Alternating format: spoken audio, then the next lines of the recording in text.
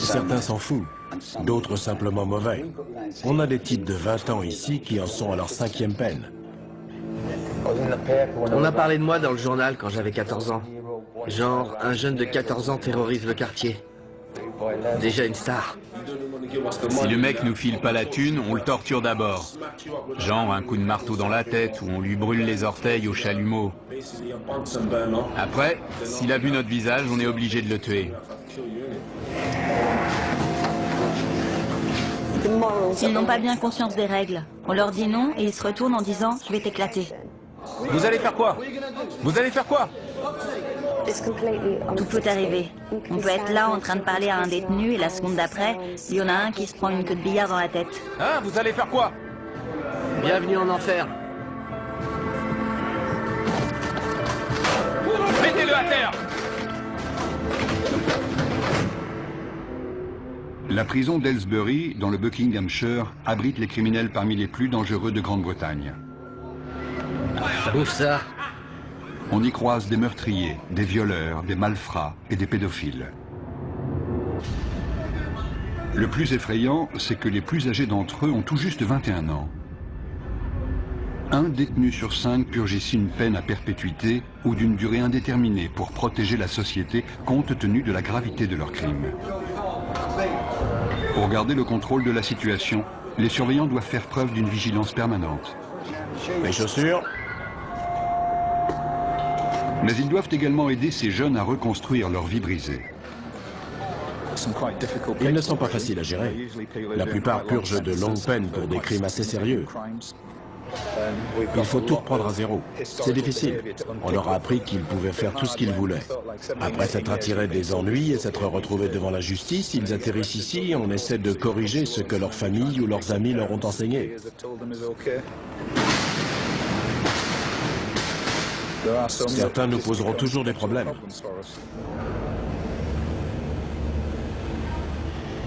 Aylesbury est un établissement redouté au sein de la population carcérale.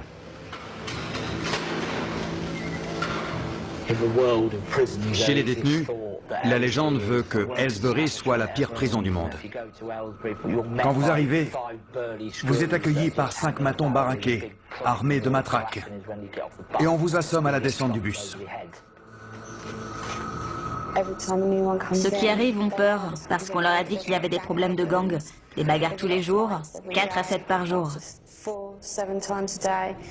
Mais depuis un an, ça s'est un peu calmé. En revanche, quand un incident éclate, c'est généralement très sérieux. Ils utilisent des armes, des queues de billard, des armes artisanales, dans la gorge, dans la poitrine, sur le front. Il n'y a pas de règle. Et c'est rarement 1 contre 1. C'est plutôt 6 contre 1. Si le personnel n'intervenait pas, il pourrait y avoir des morts. Caspian Hogg est le dernier arrivé. Il a 18 ans. Après avoir été incarcéré dans un établissement pour mineurs, il a été envoyé ici en raison de problèmes disciplinaires. Asseyez-vous ici.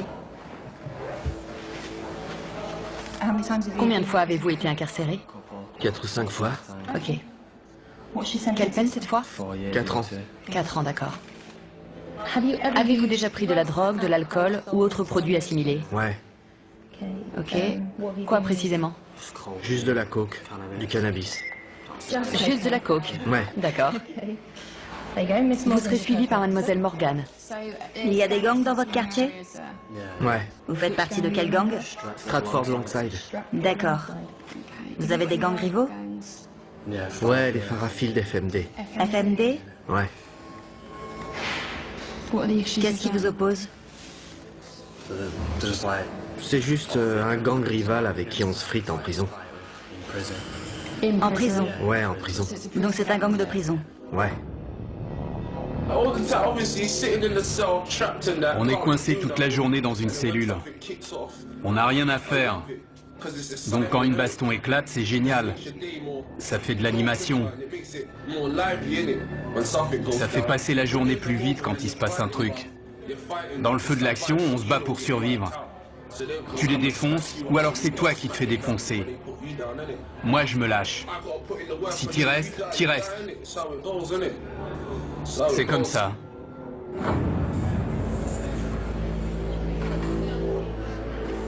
On a des membres de gangs venus de Liverpool, de Birmingham, de Londres, et ils sont tous rivaux. Certains viennent de milieux où ils n'ont connu que la violence.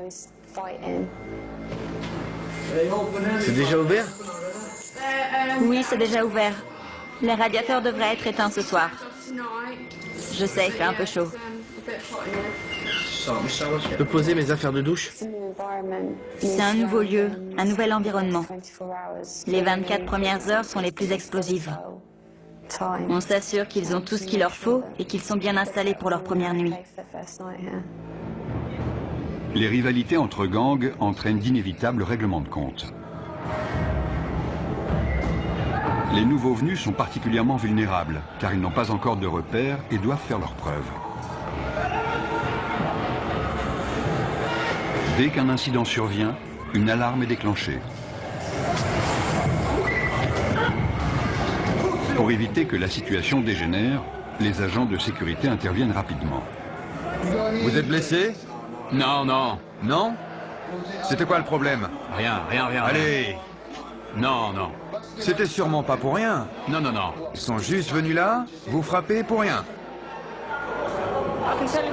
Je sais ce qui s'est passé. C'est le nouveau qui vient d'arriver. Il s'est déjà battu la semaine dernière. C'était les représailles. Les deux se battaient. Les deux se sont donné des coups à la tête. Ils se disaient bonjour. Vous, ça va? Oui, ça va. J'ai pris un coup dans le sein. Et si ça se trouve, c'était son coude à lui.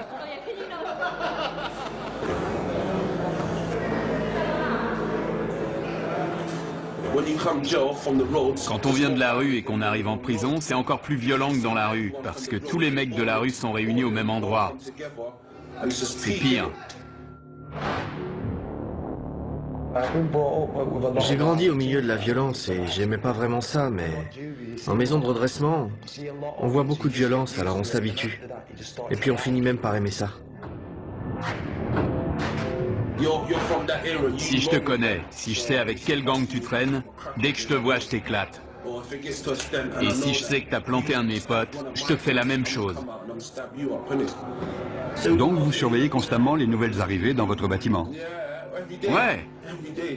Ils en ont mis dans l'LC, juste à côté. Si je les croise, je les défonce direct. C'est clair. Le quotidien en prison, c'est pas la joie.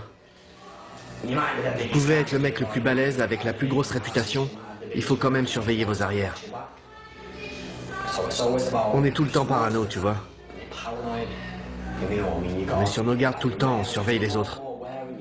On est tous des criminels ici.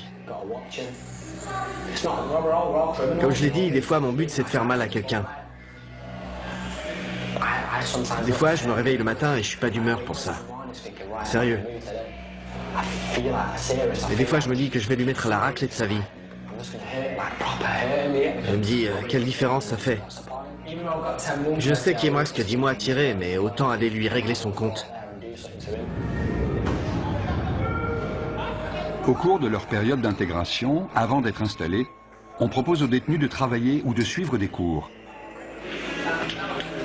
Ceux qui acceptent pourront passer plus de temps dans les espaces communs. Il n'y a que 3 surveillants à cet étage et jusqu'à 50 détenus peuvent sortir de leur cellule. C'est le moment dangereux de la journée. Il faut rester très vigilant. On peut avoir tendance à se relâcher parce que 90% d'entre eux sont très corrects. Mais il faut se méfier, c'est notre boulot. La situation peut dégénérer à tout moment. Caspian et 2 nouveaux arrivants ont forcé le passage pour s'introduire dans une cellule.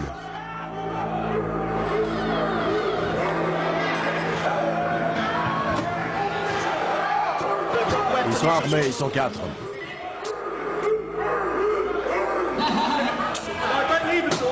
Les détenus ont barricadé la porte. Les surveillants ne peuvent pas entrer. Je veux voir tous les détenus dans leurs cellules.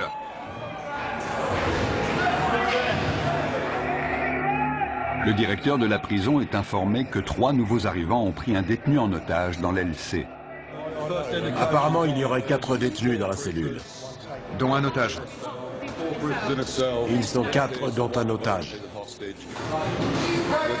On va envoyer des négociateurs devant la porte pour tenter d'établir un dialogue et on avisera.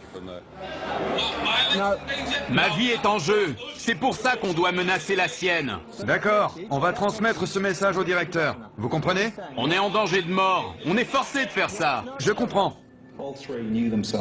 3 d'entre eux viennent d'autres prisons. Ils avaient prévu leur coup. Notre priorité, c'est l'otage. Si vous faites pas venir le directeur, je le viole. Je vais le violer.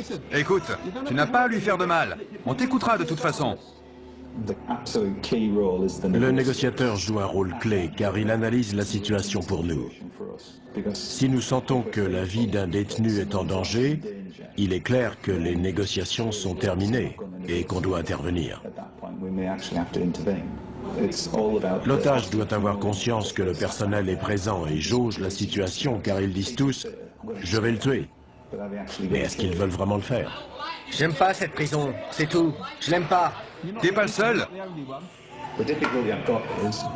Mon problème, c'est que j'ai beaucoup de prisonniers qui ne sont pas heureux d'être ici. Si on commence à parler de transfert maintenant, j'aurai une autre prise d'otage dès cet après-midi, car certains vont se dire « Oh, il suffit de prendre un type en otage pour se faire transférer. » Je vais lui trancher le cou et le vider de son sang. Il a menacé de le violer et de lui trancher la gorge. Non, le cou. De lui trancher le cou. Je vais vous dire. Écoutez-moi. Vous me prenez pas au sérieux? Si, croyez-moi, nous prenons ça très au sérieux. Une cellule de crise a été mise en place par le directeur de la prison pour gérer l'incident. La décision a été prise de faire appel à des agents des forces de l'ordre spécialement entraînés pour agir dans ce type de situation. L'otage avait un t-shirt noué autour du cou, il était assis sur le lit, ils sont armés d'un couteau en plastique et de morceaux de verre. Ils ne veulent pas être ici. Ils ne se sentent pas en sécurité. Ils veulent retourner plus au nord, vers Liverpool ou Manchester. Il y en a un qui est arrivé hier, un autre il y a 9 jours. Ils viennent tous du même coin. Ils se sentent menacés par les gars de Londres. Et ils en ont assez.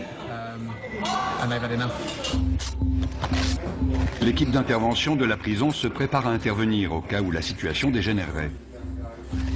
La prise d'otage dure depuis 2 heures. Jason Harper passe le relais à un autre négociateur qui va poursuivre la discussion avec les preneurs d'otages. Écoutez-moi, d'accord? Je ne vais pas vous mentir. Je vous ai dit tout ce que je savais. La température de 40 degrés n'arrange pas la situation. Il s'est effondré au sol. L'otage a perdu conscience. Tournez-le sur le côté. Tournez-le sur le côté et mettez-lui la tête en arrière pour qu'il puisse respirer. Oui, voilà, sur le côté. Darren, c'est Andy. Julie vient de me dire que l'otage avait perdu connaissance. Il est allongé au sol, elle leur a expliqué la position latérale de sécurité. Le directeur est mis au courant de la situation. Il ordonne le déploiement de son équipe d'intervention pour porter secours à la victime. Vous m'avez dit que vous vouliez sortir. J'attends qu'on me dise comment ça va se passer. Ensuite, la situation va se débloquer. Au bout de 3 heures, les preneurs d'otages acceptent de se rendre calmement. Où il est? Je veux le voir. L'otage, il sort en premier? Non, non, il sort en dernier. Comment tu t'appelles? Caspian. Les mains sur la tête. Sors calmement, par ici. Caspian Hogg, l'initiateur de cette prise d'otage, est conduit vers le quartier disciplinaire. Le détenu qui est arrivé hier venait déjà du quartier disciplinaire de son précédent établissement. Il est connu pour des faits de violence, d'agression de personnel, de port d'armes, de barricades. Il a tout fait.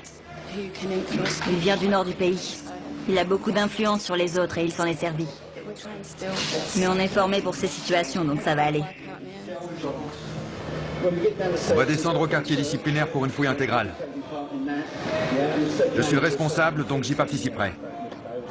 Chacun sera tenu à l'isolement en attendant qu'une punition soit décidée. Nous sommes responsables des détenus les plus problématiques de l'établissement. S'ils enfreignent les règles ou s'ils présentent un risque pour les autres ou pour l'établissement, ils sont envoyés au quartier disciplinaire pour une période donnée. Notre priorité, c'est de calmer les prisonniers énervés et de leur faire entendre raison. Il faut aussi qu'on soit attentif à tout comportement potentiellement violent. Hé, Caspin! T'as réussi? J'y suis presque, mon pote. Presque. Beaucoup m'ont dit qu'ils avaient essayé de travailler et d'être de bons citoyens, et qu'ils avaient trouvé ça trop difficile. Mais ils sont très jeunes, vous savez.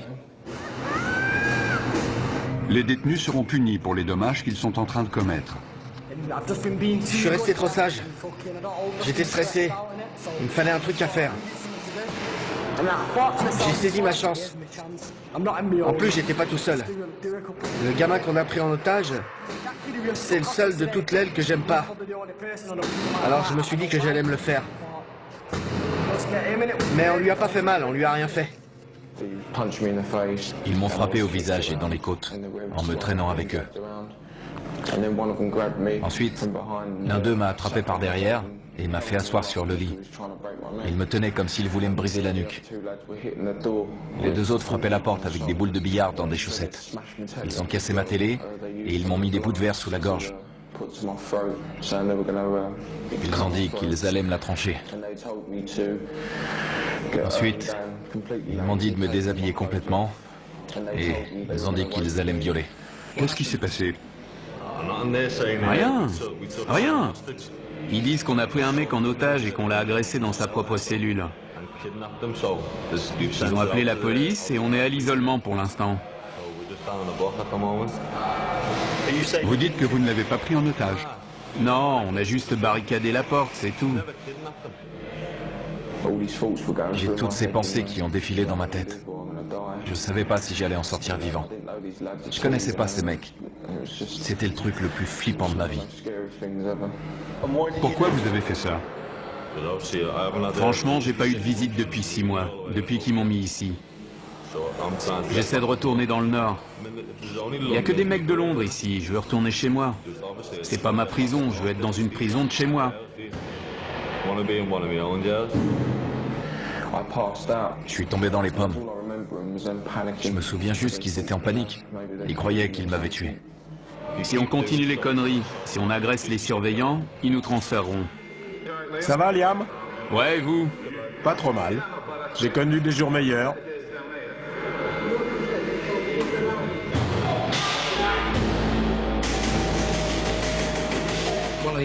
Un des détenus a inondé sa cellule. Il est armé. Il a cassé le manche de son balai. On lui a demandé de nous le remettre. On va le déplacer dans une cellule où il n'y a pas d'eau. C'est trop court. Il doit lui en rester. Le détenu a jeté les morceaux de manche à balai dont il se servait comme arme. C'est trop court. Pourquoi vous avez gardé ce morceau, hein? Je vous avais dit de tout jeter. Reste sur le côté. Déverrouille la porte et je la pousserai. Reculez vers nous. Doucement.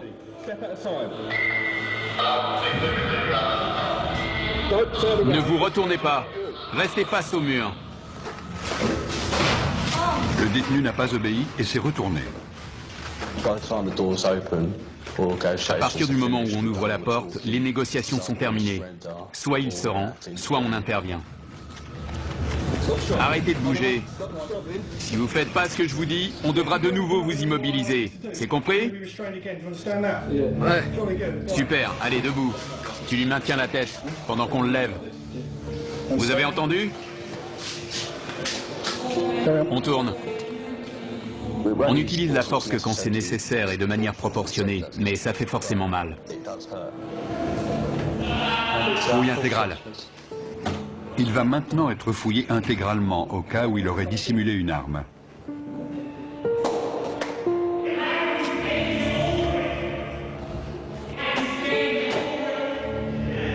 Retournez-vous.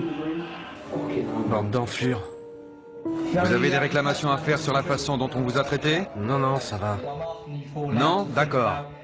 Je vais vous demander de réfléchir aux conséquences de vos actes. Ce n'est pas la bonne méthode pour obtenir un transfert. Maintenant, je veux que vous alliez vous coucher. Clé. Nous devons les garder dans le quartier disciplinaire pendant un certain temps. Sinon, les autres vont se dire qu'ils peuvent prendre les otages quand ils veulent pour obtenir un transfert. Des détenus de confiance nettoient les dégâts causés par les preneurs d'otages. J'ai choisi la voie la plus facile. J'essaye de rendre cette peine la moins désagréable possible. On a le choix. Si tu fais le con, tu te retrouves à l'isolement tout seul sans télé, ça craint. Les détenus exemplaires participent au fonctionnement de la prison, ce qui leur permet de passer plus de temps en dehors de leur cellule. Josh est responsable de la lessive dans le quartier disciplinaire. Ça pue. Dans le quartier disciplinaire, Caspian se plaint d'entendre des voix dans sa tête et demande une aide psychologique.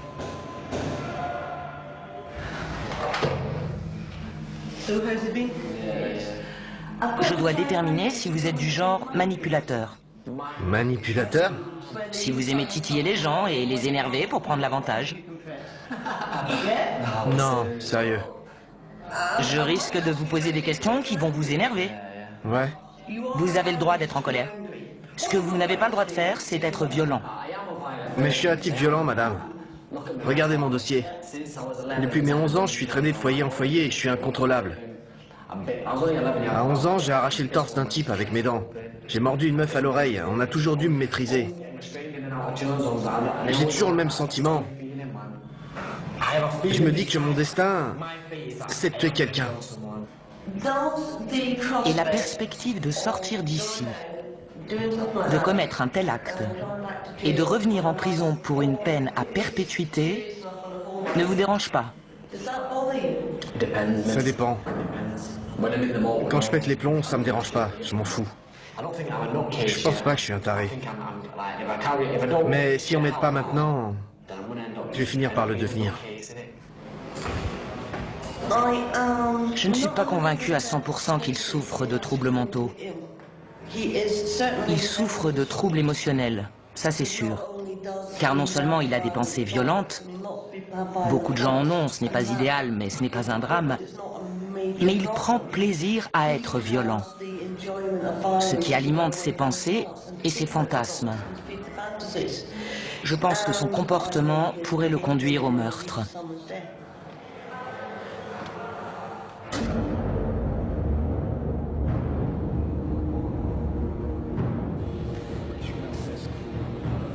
Liam Brennan, l'un des 3 preneurs d'otages présumés, a demandé un rendez-vous avec son avocat pour préparer sa défense. On voulait juste le choper dans sa cellule et fermer la porte. Mon rôle n'est pas de minimiser le délit, mais d'essayer de comprendre pourquoi et comment c'est arrivé, et quelle a été ton implication. Tu ne peux pas dire, c'est pas moi, j'ai rien fait. Ça, il te croira jamais. Écoute, différentes peines sont envisageables. J'espère que le juge optera pour des jours supplémentaires. J'ai pas le droit à l'erreur. J'avais pas parlé à ma femme et à mon gosse depuis 1 an. Elle m'a recontacté il y a quelques jours et je lui ai dit que je sortirais le 11 décembre. Les services pénitentiaires ont décidé de ne pas poursuivre Liam. Il se retrouve donc en commission de discipline. Asseyez-vous, monsieur Brennan. Je suis juge, je n'ai aucun lien avec cet établissement, vous comprenez? Oui. Vous êtes représenté par monsieur Ahmad, c'est exact? Oui, monsieur le juge. Pouvez-vous vous identifier, s'il vous plaît? Jason Harper. Vous serez le témoin de cette affaire? Oui. Il est dit que le 29 mai, vous avez retenu une personne contre son gré. Coupable ou non coupable? Non coupable. Monsieur Ahmad? Qu'avez-vous vu monsieur Brennan faire exactement? Il a passé beaucoup de temps à la porte avec moi pour m'expliquer leurs intentions. Je ne veux pas parler à votre place, mais si je comprends bien, il n'a pas menacé ni brutalisé d'une quelconque façon la victime. C'est exact. Lorsque vous étiez dans la cellule, avez-vous exprimé clairement votre désir de coopérer avec... Vous orientez l'accusé. Oui, monsieur le juge. Ne le faites plus. Vous connaissez la loi et la notion de complicité. C'est comme le chauffeur du véhicule qui attend les braqueurs de banque. Il se rend coupable de vol même s'il n'a pas pénétré dans la dite banque. Monsieur Brennan n'a apparemment eu aucun contact physique avec ce détenu qui était apparemment séquestré. Avez-vous vu les autres retenir la victime? Je n'ai vu personne le retenir. Quelle était la taille de la cellule? Petite, c'est une cellule de prison. J'ai du mal à croire que vous n'ayez rien vu. Ça me paraît inconcevable. Ou alors il ne s'est rien passé. Parce que sinon vous l'auriez forcément vu. C'est ça que vous me dites? Je dis pas qu'il s'est rien passé. Je dis juste que j'ai rien vu. Je regardais de l'autre côté. Vous avez entendu Monsieur Harper. Je lui ai parlé pendant un long moment. Il est très clair pour moi que vous étiez tous les trois complices dans cet incident et je n'ai aucune hésitation à vous déclarer coupable. Je vous impose 32 jours de détention supplémentaire. Vous avez tout compris? Oui, j'ai compris. Cette procédure est terminée, merci. Pourquoi n'a-t-il pas été mentionné que la victime avait été dénudée et menacée de viol? Ça m'a surpris. Ouais, ça m'a étonné aussi. C'est mon jour de chance. L'agression n'a pas fait l'objet d'une poursuite pénale car la victime a eu trop peur pour témoigner. Dans le quartier disciplinaire, tous les privilèges, y compris la télévision, sont retirés.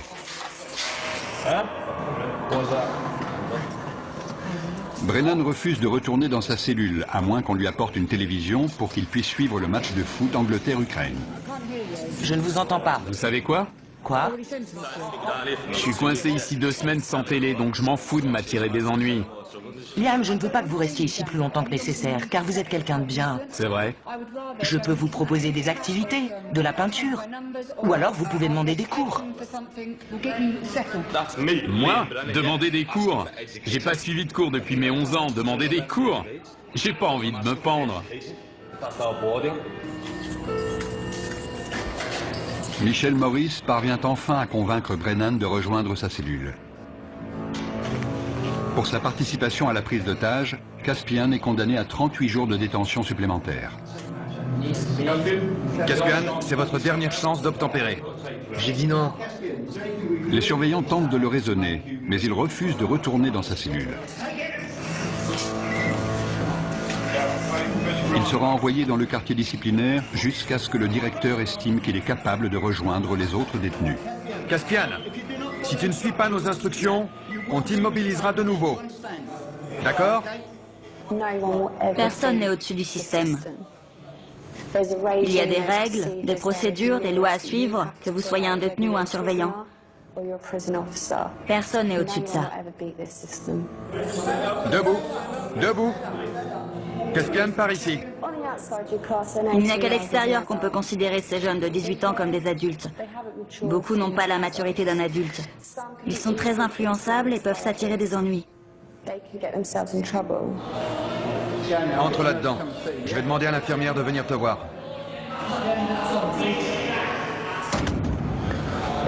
S'ils me remettent avec les autres, je vais vous dire la vérité. Je vais faire mal à quelqu'un. Sérieux, je déconne pas. S'ils me remettent là-bas, je vais choper un de ces connards et je vais le défoncer comme il faut. Je suis sérieux.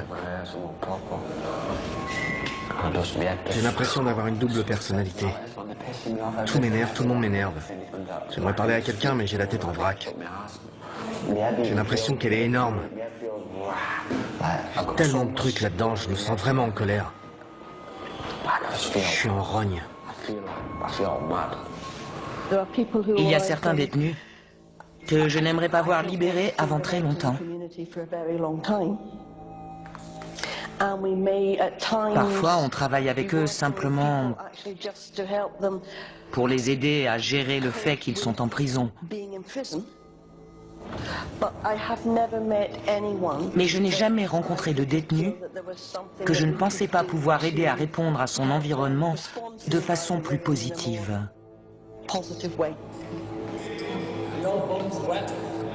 L'état mental de Caspian Hogg continue d'être surveillé. De quel autre traitement pensez-vous avoir besoin? Est-ce que vous pensez que je peux faire autre chose pour vous aider? Non, rien. Il n'y a rien d'autre que vous puissiez faire. Pensez-vous que vous avez besoin d'apprendre à contrôler vos émotions? Non, je crois pas. Je connais mes émotions et je crois plutôt que j'en ai pas assez. J'essaie de pleurer, mais j'y arrive pas. Je peux pas pleurer. Sauf des fois, ça vient sans prévenir, ça arrive. Vous voyez de quoi je parle? Je pleure pas quand il se passe un truc triste. Ça m'arrive même de rire. Pour vous, est-ce plus normal de penser à ce que ressentent les autres ou de ne pas y penser? Ça dépend des moments. Là, c'est moi, je suis là, je vous aime bien. Vous me comprenez? Mais si vous tombez sur moi un autre jour, quand je suis en mode furieux, je vois des choses différemment. Tout est en vrac. Je pense comme un psychopathe. Quand j'étais gosse, j'ai jamais voulu devenir policier ou ce genre de truc. Déjà, quand j'avais 8 ou 9 ans, j'ai toujours voulu tuer des gens. Mon père s'est fait assassiner quand j'avais 6 ans, c'est un truc de dingue, quoi. Depuis, c'est ce brouillard. C'est le bordel dans ma tête. Jeudi, je vous ai pris rendez-vous avec un psychiatre. Cool. Je ne sais pas à quelle heure ce sera. Ok. Il vous prescrira peut-être des médicaments. Je serais content s'il m'en donne. Mais s'il m'en donne pas, je serai en rogne. Ça vous mettra en colère? Ouais, carrément. Je suis convaincu qu'on ne naît pas bon ou mauvais. On apprend de notre environnement comment réagir au monde qui nous entoure. Et certains apprennent que la meilleure façon de réagir à ce monde, c'est par l'agression ou la violence. Super papa, tu sais comment je t'aime? Et quand tu l'ouvres, c'est marqué gros comme ça. Le père de Caspian a été assassiné quand il avait 6 ans. Il est donc très conscient de son rôle de parent. Je veux pas que mon fils grandisse dans les mêmes conditions que moi. J'avais 14 ans quand je l'ai eu, mais j'ai vieilli. À l'époque, j'avais pas toute ma tête. Je faisais que fumer de l'herbe, voler, j'étais débile. J'étais un gamin, donc je faisais des trucs de gamin. Maintenant, j'ai mûri. Faut que je prenne mes responsabilités pour mon fils. Je veux qu'il aille à l'école pour qu'il soit intelligent. Je veux pas qu'il finisse comme moi dans la rue ou en prison. Qu'il soit obligé de commettre des crimes. Je vais être là pour lui, qu'il puisse me parler ou me demander de l'argent quand il en a besoin. Je vais être un père pour lui, c'est tout. Il faut que je sois un bon père. C'est con de jamais le voir, c'est vrai. C'est horrible. Il faut tenir le coup et pas lâcher l'affaire. Je peux lui parler de temps en temps, c'est déjà ça. Devon avait 15 ans quand son fils est né. À l'époque, je voulais pas de gosse, tu vois. Mais c'est arrivé comme ça. Elle m'en parlait tout le temps. Et alors je me suis dit, pourquoi pas? Quelqu'un va peut-être te régler ton compte demain. Tu sais pas où tu vas finir, alors autant pas perdre de temps. Vous avez vraiment pensé à la mort à ce moment-là? Ouais, évidemment. Dans mon quartier, il y a beaucoup de violence. Des gens meurent tout le temps. On n'est jamais à l'abri, ils peuvent vous dégommer quand vous traversez la rue. Pour certains détenus, le téléphone est le seul moyen de rester en contact avec leur famille. Ouais, tu me manques, bonhomme. Non, tu peux pas venir me voir. Papa est occupé. Papa nourrit des animaux. Je sais pas comment ça se met. Je veux pas que ça lui tombe dessus. Dans la chapelle de la prison, Josh se prépare pour la fête des pères. Exceptionnellement, les détenus exemplaires sont autorisés à passer du temps avec leurs enfants. Je peux jouer avec lui? On peut se rouler tous les deux par terre, je peux lui courir après. Une fois, il voulait que je vienne l'attraper, mais je pouvais pas aller plus loin. Je suis heureux de pouvoir passer 5 heures avec lui au milieu des rires et des pleurs. J'ai envie de l'attraper et de lui faire des câlins. Tu peux ouvrir la bouche? Bravo. Ça me plaît pas de le voir se faire fouiller, mais je préfère avoir cette relation avec lui. J'ai de bonnes raisons de changer. J'ai un gosse et une fiancée, une famille qui a besoin de moi. Pour être honnête, si j'avais pas ma famille, je me serais sûrement pas comporté aussi bien. Viens là, mon grand. Ils ont besoin de moi. Ils comptent sur moi pour sortir d'ici. Où elle est, ta cape? Tu fais ton timide? Si je me comporte bien, je retrouverai ma famille. C'est simple. Si je joue le jeu, je gagne tout. Sinon, je perds. Comment ça va, ma belle? Oh, arrête.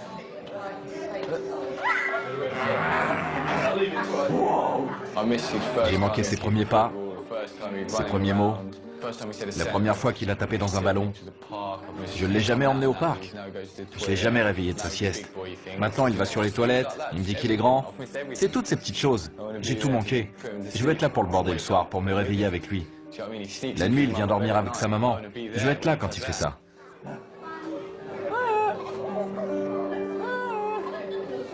Messieurs, dames, s'il vous plaît, vous pouvez vous dire au revoir? Tout va bien. Quand j'ai su que j'allais en prison, je pensais qu'elle allait m'oublier. J'avais que 18 ans. Et on était ensemble depuis 2 ans et demi. C'est un vrai test pour des adolescents, de rester fidèles et loyaux. Quand on est en prison, on ne pense qu'à ça. Il faut pouvoir compter sur quelqu'un de confiance pour traverser ça. Sinon, on craque. Je pourrais être là toutes les nuits à imaginer qu'elle me trompe. À plus. Je t'aime.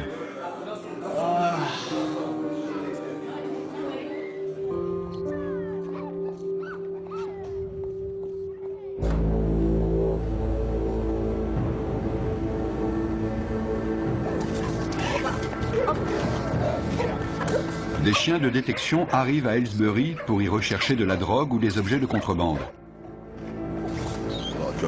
Il y a beaucoup de dealers en prison, et ça ne risque pas de s'arrêter. Il y a de l'argent à se faire. Les téléphones portables sont aussi un problème sérieux. C'est pour ça que les chiens sont capables de les trouver.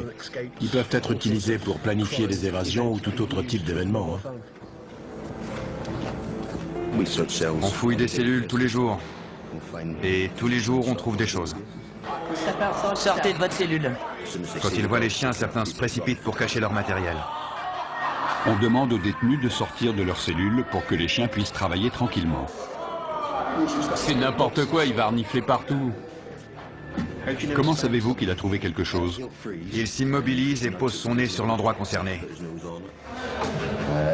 Si c'est hors d'atteinte, il reste assis et regarde dans la direction de l'objet.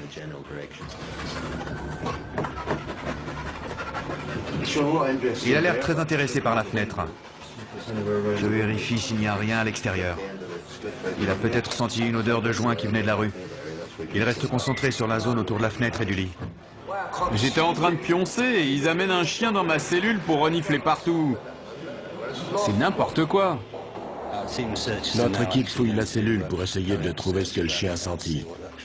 Il semblait concentré sur une zone en particulier, donc c'est là qu'on fouille en premier. J'espère qu'on va trouver quelque chose. Les chiens poursuivent leur inspection des cellules.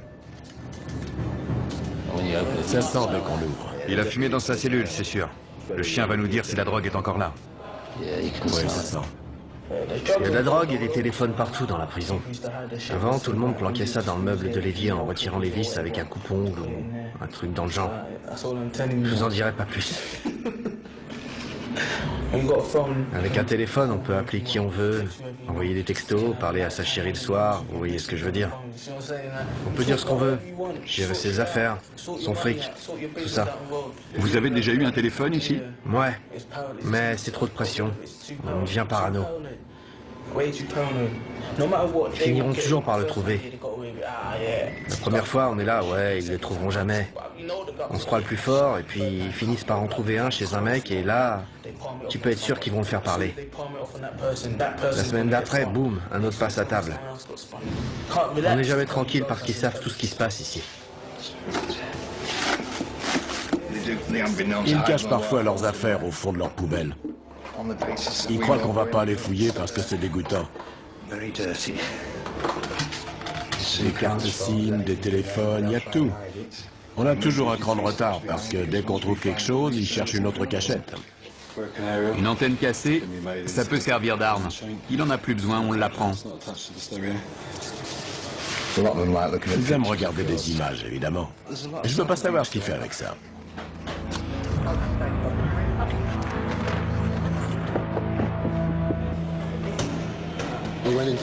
Dans une cellule, on a trouvé un téléphone avec un chargeur. Donc, nos équipes vont l'inspecter une deuxième fois. On a trouvé des petites choses, mais le plus important, c'est de montrer qu'on est vigilant et qu'on peut lancer ce genre d'opération quand ça nous chante. C'est intéressant d'observer leurs réactions. Certains détenus n'étaient clairement pas rassurés à l'idée qu'un chien allait inspecter leur cellule. 5 semaines après avoir pris en otage un codétenu, Liam Brenham retrouve son ancienne cellule. Mate mes affaires, elles sont trempées. C'est pas grave, il y a tout, non?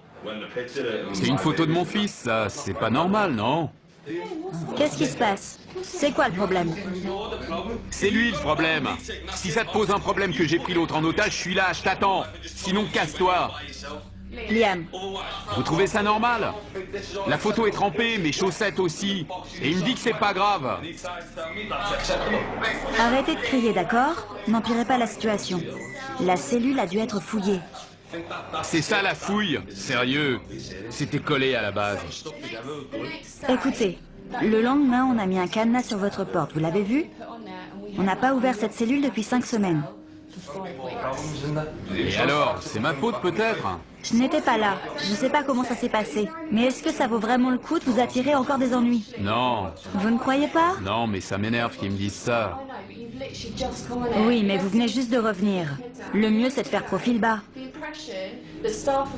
Tout ce que les surveillants de cette aile savent de vous, c'est que vous avez pris un codétenu en otage et que vous avez causé des problèmes pendant votre isolement. C'est la seule image qu'ils ont de vous, vous comprenez? Vous en avez conscience? Ouais. Ils n'arrêtent pas de dire que les surveillants leur manquent de respect. Mais ce sont eux qui sont grossiers avec nous, qui nous manquent de respect et qui voudraient qu'on prenne des pincettes avec eux. Comme s'ils étaient des gosses à qui on devait apprendre les règles de la prison. Ils ont entre 18 et 20 ans, et ils sont censés être adultes et savoir rester respectueux. Un bon comportement peut permettre aux détenus d'être transférés plus près de leur domicile. Quand j'ai Tasha au téléphone, j'entends les mouettes derrière elle. Quand je serai transféré, elle sera tout près de moi. On partagera le même ciel, on sera au même endroit, on entendra les mêmes choses. C'est comme si je rentrais déjà chez moi. Josh va purger le reste de sa peine à proximité des siens. Soucieux de contrôler ses pulsions violentes et de rentrer chez lui, Caspian a accepté de prendre des antipsychotiques. Ça calme ce qui se passe dans ma tête. Et ça marche? Ouais, dans un sens. Mais c'est pas génial. Je me réveille le matin, il y a des taches de baffe sur le drap.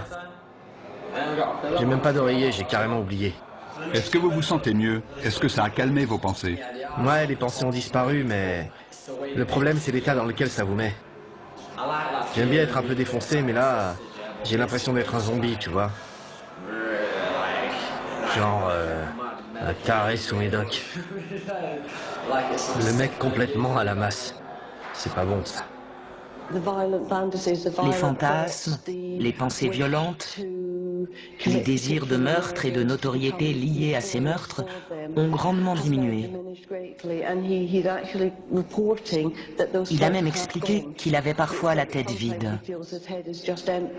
J'aimerais maintenant travailler avec lui pour qu'il essaie de comprendre ce qui se passait dans sa tête et qu'il sache où demander de l'aide si ses pensées venaient à ressurgir.